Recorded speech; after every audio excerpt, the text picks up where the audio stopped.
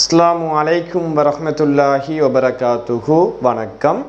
நாம் சென்ற வகுப்பில் ஈருறுப்பு கோவை என்ற பாடத்தில் இரண்டு கோவைகள் தரப்படும் போது அதை எவ்வாறு அடைப்பை நீக்கி சுருக்கிக் கொள்வது என்பதை பற்றி பார்த்தோம். இன்று அந்த பாடத்தினுடைய இறுதியான ஒரு தலைப்பை பற்றி தான் பார்க்க இருக்கின்றோம். ஈருறுப்பு கோவைகளை வரிக்கித்தல். இதில் ரெண்டு மிக முக்கியமான விடயத்தை பற்றி பார்க்க இருக்கின்றோம். அதில் முதலாவது விடயம் ஏசக பி முழுவதின் வர்க்கத்தின் விரிவு. இப்போ ஏசக பி முழுவதின் வர்க்கம் என்று சொன்னால் நம்ம இதுக்கு முதல் படித்த அந்த பாடத்தில் இப்போ வர்க்கம் என்று சொன்னால் அந்த ஏசக பி என்ற கோவையை நான் 2 தடவை பெருக்கமாக எழுதி கொள்வேன். சரிதானே? இப்போ உதாரணத்துக்கு எக்ஸ் வர்க்கம் என்று சொன்னால் எக்ஸ் தர எக்ஸ் என்று பெருக்கமாக எழுதுவதை போன்று ஏசக பி முழுவதின் வர்க்கம் என்று சொன்னால் ஏசக பியை 2 தடவை பெருக்கமாக, இந்த 2 கோவைக்கும் இடையில் எதுவித அடையாளமும் இல்லைன்னு சொன்னால் பெருக்கல் அடையாளம் இருக்கும். இவ்வாறு பெருக்கமாக எழுதி போட்டு சென்ற வகுப்புல கற்ற விடயம்தான். இதை எவ்வாறு அடைப்பை நீக்கணும் என்று சொன்னால், முதல் கோவையில் முதல் உறுப்பு ஏ என்று சொன்னால் அந்த 2வது கோவையால் பெருக்கிக் கொள்ள வேண்டும்.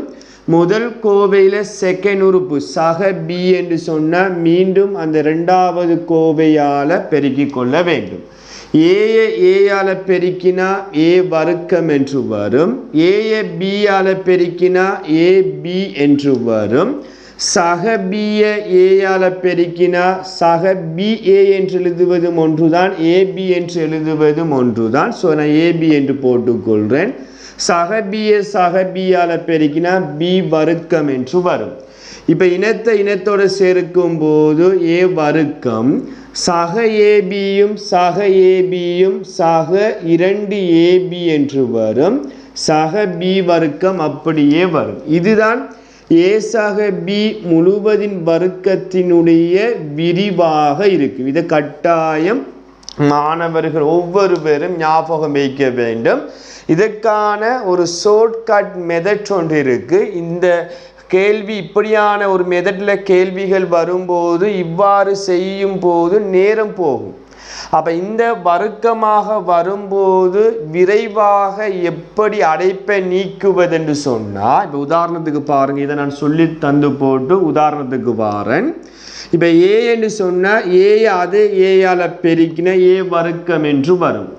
இதுவும் சக முன்னுக்கு வார அந்த ஏயினுடைய குணகமும் சக என்பதனால சகையால் பெருக்கின சக என்று வரும்.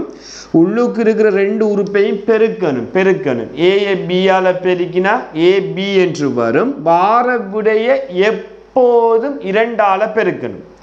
அப்போ உள்ளுக்கு பெருக்கக்கூடிய ஏபி வார விடைய அந்த ஏபியை 2ஆல் பெருக்கினா 2ab 2ab என்று வரும்.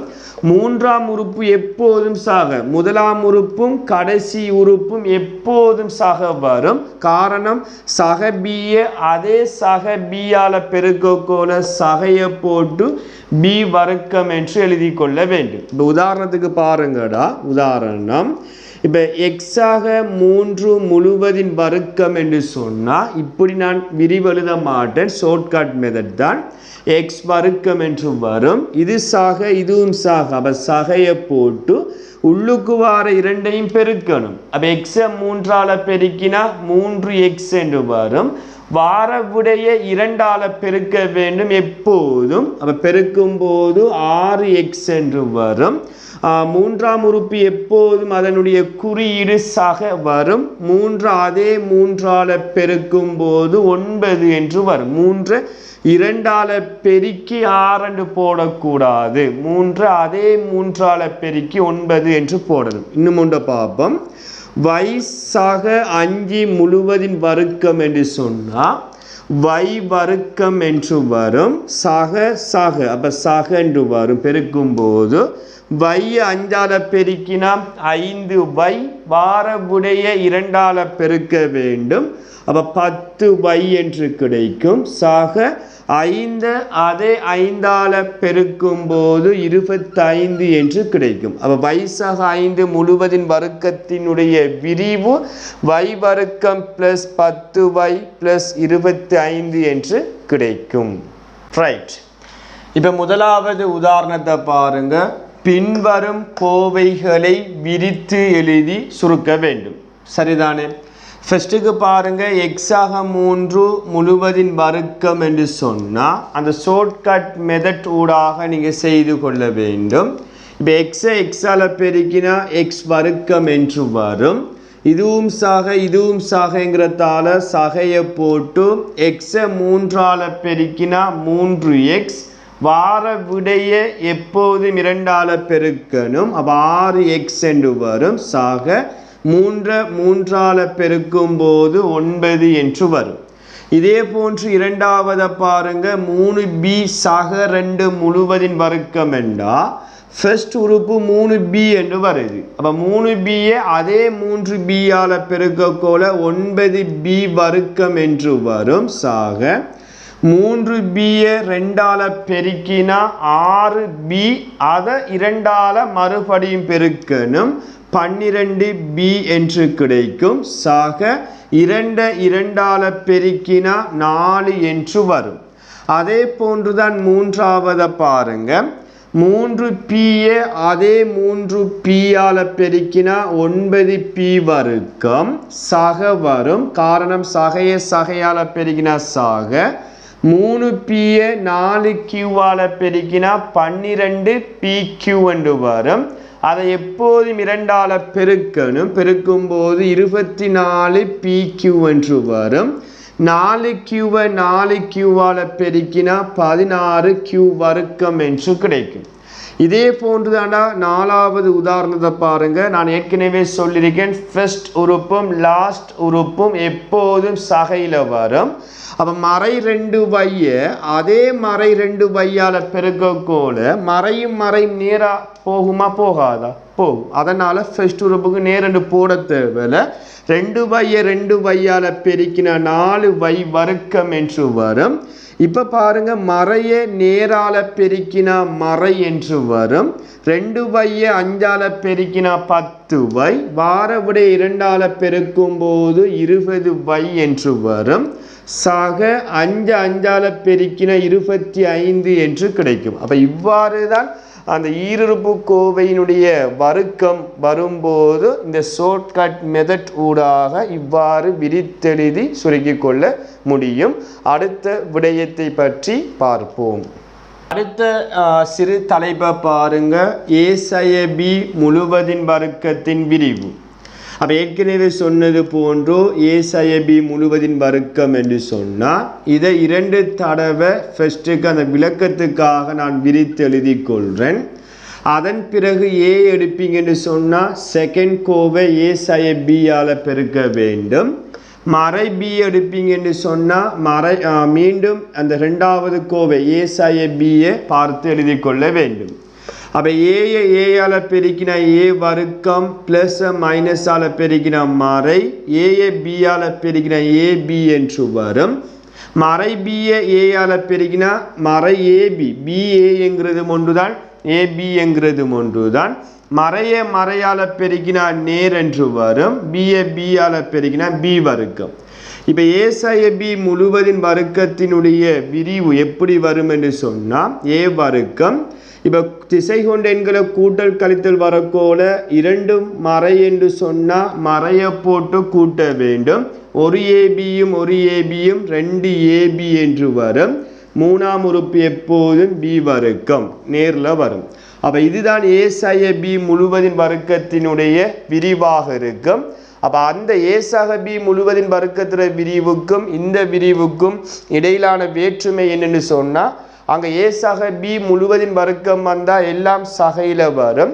a/b முழுவதின் வர்க்கம் என்று வந்தால் ஃபர்ஸ்ட்டுக்கு plus, second minus, third plus என்று வரும். சில சந்தர்ப்பத்தில் மட்டும் மாற்றம் வரும். ஏற்கனவே பார்த்த மாதிரி ஏக்கு முன்னுக்கு மறை என்று வரக்கோல மாத்திரம் குறியீடு மாறும் என்று அந்த சென்ற உதாரணத்தினூடாக புரிந்திருப்பீங்க.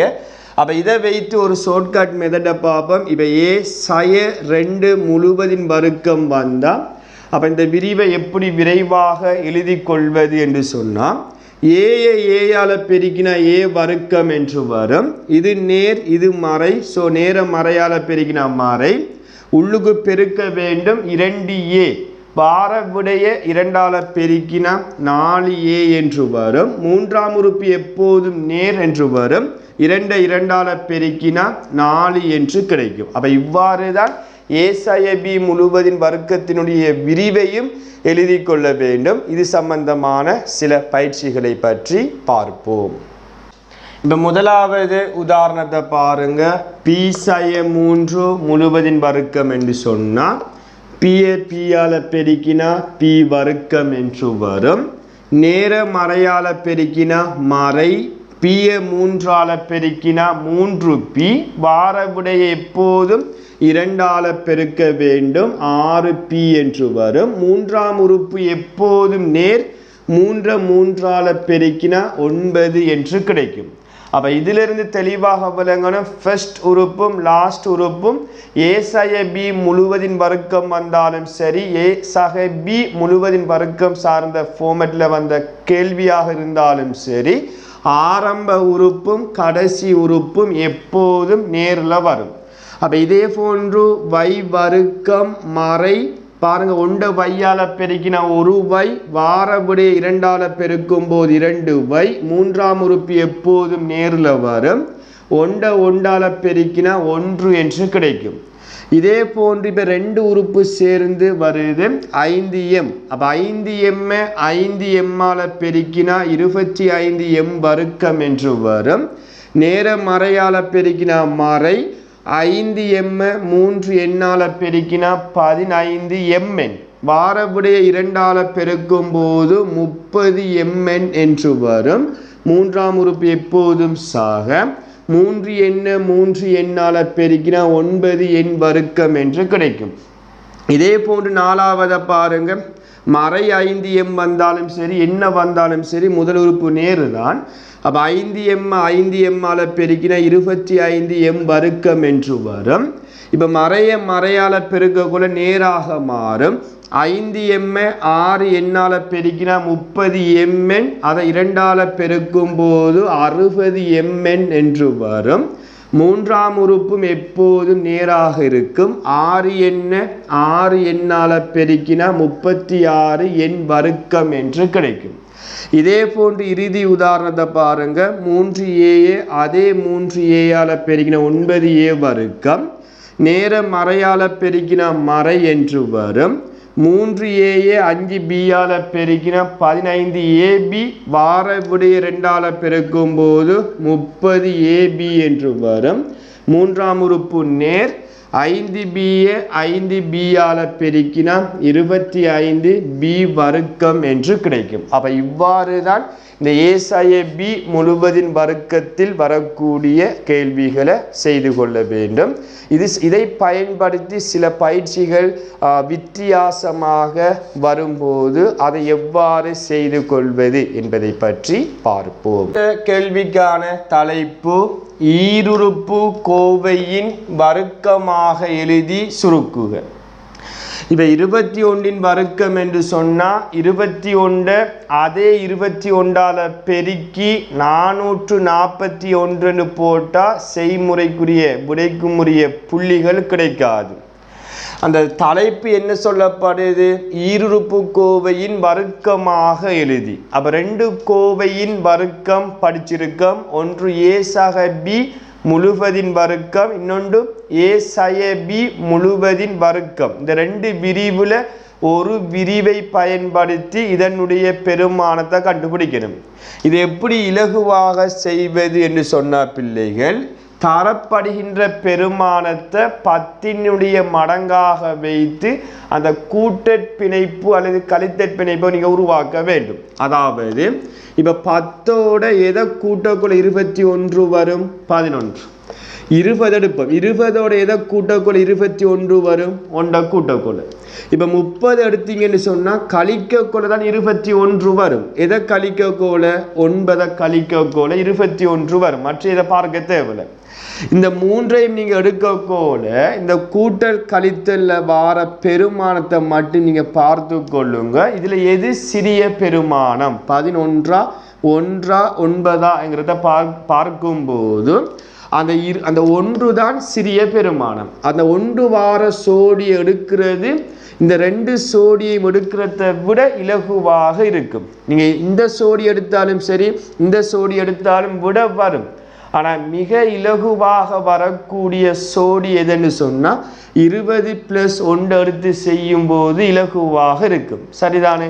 அப்போ 21 எப்படி உடைக்க போகிறோன்னு சொன்னால் 20 சாக 1 முழுவதின் வர்க்கம் என்று எழுதி கொள்கிறேன். அந்த வர்க்கம் அப்படியே வரும். 21 20 சாக 1. இப்போ ஏற்கனவே இது என்ன வடிவத்தில் வருது, a சாக b முழுவதின் வர்க்கம். அந்த விரிவுக்கு நம்ம எப்படி செய்தோமோ அதே போன்றுதான் பெருமானம் வந்தாலும் அந்த மெத்தடை நீங்கள் எழுதி கொள்ள வேண்டும். அதாவது 20ஆல் பெருக்கிற, அப்போ 20இன் வர்க்கம் என்று எழுதி கொள்கிறேன். சகையால் பெருக்கின சகன்னு போட்டு 20 1ஆல் பெருக்கணும், முள்ளுக்கு பெருக்கணும். 20 தர 1 20.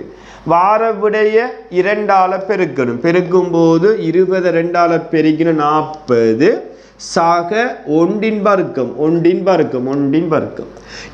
வர்க்கம் எத்தனை, 400 சாக 40 சாக 1இன் வர்க்கம் 1.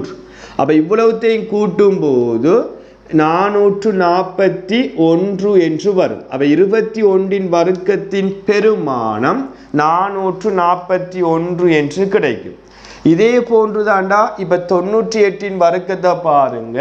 இப்போ நீங்கள் ஆரம்பத்திலிருந்து அந்த கூட்டல் வார மாதிரி உடைக்க தேவையில்லை. அதாவது 10 சாக நீங்கள் 88 இப்படி நீங்கள் உடைக்க தேவையில்லை, இடையிலிருந்து போகலாம். இப்போ 90 எடுப்போம். 90ஓட 98 வரணும்னா 8 கூட்டணும். அதை 100 எடுத்தோம் என்று சொன்னால் 2 கழிக்க வேண்டும். இந்த 2ஐயும் பார்க்கும்போது இந்த கூட்டல் இந்த கழித்தல வார பெருமானத்தை மட்டும் பாருங்க, எது சிறிய பெருமானம் என்கிறத பாருங்க. அப்போ 8 சிறிசா 2 சிறிதா 2. அப்போ அந்த 2 வார இந்த சோடி எடுக்கிறது தான் இதுக்கு இலகுவாக இருக்கும். அப்போ 98 எப்படி எழுதலாம் என்று சொன்னால் 100 சாய 2 முழுவதின் வர்க்கம். நீங்கள் 90 சாக 8ன்னு போடலாம். ஆனால் அதில் பெருமானம் பெரிய பெருமானங்களாக அந்த சுருக்கள் கொஞ்சம் ஹார்டாக வரும் என்பதற்காகத்தான் இப்படி இந்த மெதட்டூடாக பார்க்கும்போது உங்களுக்கு சுருக்கள் அதை விட இலகுவாக இருக்கும். அதாவது இப்போ 100 சாய 2 முழுவதின் வர்க்கம் என்று போட்டால் இவர் a சாய b முழுவதின் வர்க்கத்தினுடைய அந்த ஃபார்மேட் அந்த வடிவத்தில் இருக்கார். ஸோ அதுக்கு நம்ம எப்படி அதை விரிவை நோட் பண்ணிக்கொள்வோம், 100இன் வர்க்கம் ப்ளஸ் மைனஸால் பெருகினா மறை என்று வரும். உள்ளுக்கு வார 2 பெருமானத்தையும் பெருக்கும் போது 200, வார விடைய 2ஆல் பெருக்கினா 400, 3ஆம் உறுப்பு எப்பையும் சாக 2இன் வர்க்கம் என்று வரும். 100இன் வர்க்கம் 10,000, 100ஆல் பெருக்கினா 10,000 சாய 400 சாக 2இன் வர்க்கம் 4. 10,000லிருந்து 400 கழிப்பீங்கன்னா 9,600. அப்போ 9,600ஓட இந்த 4ஐ கூட்டும் போது 9,604 என்று அந்த 98இன் வர்க்கத்தினுடைய பெருமானமாக இருக்கும். அப்போ நேரடியாக விடையை பெற்றுக்கொள்ளக்கூடாது. 98 அதே 98ஆல் 2 தடவை போட்டு பெருக்கினாலும் இந்த விட வரும். ஆனால் உங்களுக்கு புள்ளி வராது. காரணம் ஈருறுப்பு கோவையின் வர்க்கமாக எழுதி சுருக்கி கொள்ள வேண்டும். ஸோ இந்த மெதட்டூடாகத்தான் இப்படியான கேள்விகள் வரும்போது செய்து கொள்ள வேண்டும். இறுதியான சில உதாரணங்களை பற்றி பார்ப்போம். இப்போ இறுதி உதாரணத்தை பாருங்க. மிக முக்கியமான ஒரு கேள்வி ஒன்று பிள்ளைகள். x ஆக y சமன் 5 ஆகவும் xy சமன் 6 ஆகவும் இருக்கும்போது x வர்க்கம் சக y வர்க்கம் இன் பெருமானத்தை காண்க. அப்போ சில மாணவர்கள் எப்படி செய்வீங்கன்னா தந்த தரவை ஃபஸ்ட்டு எழுதி கொள்வீங்க. எக்ஸாக y சமன் 5 என்று சொன்னால் கேட்ட கேள்வி எக்ஸ் வர்க்கம் y வர்க்கம் என்பதனால எக்ஸுக்கு ஒரு வர்க்கம், அப்போ வைக்கு ஒரு வர்க்கம், அப்போ 5க்கு ஒரு வர்க்கத்தை போட்டு 5 5ஆல் பெருக்கினா 25 என்று விடை போடக்கூடிய மாணவர்களும் இருப்பீங்க. அப்போ இப்படியான கேள்விகள் வந்தால் நான் சொல்லப்பட்ட இந்த பிழையான மெதட் ஊடாக செய்யக்கூடாது. நாம் இதுக்கு முதல் 2 விரிவுபடுத்தியிருக்கின்றோம். ஒன்று a சக b முழுவதின் வர்க்கம், இன்னொன்று a சய b முழுவதின் வர்க்கத்தின் விரிவு. அதில் யாதாயினும் ஒரு விரிவு கட்டாயம் சப்போர்ட் ஆகும், பொருந்தும்.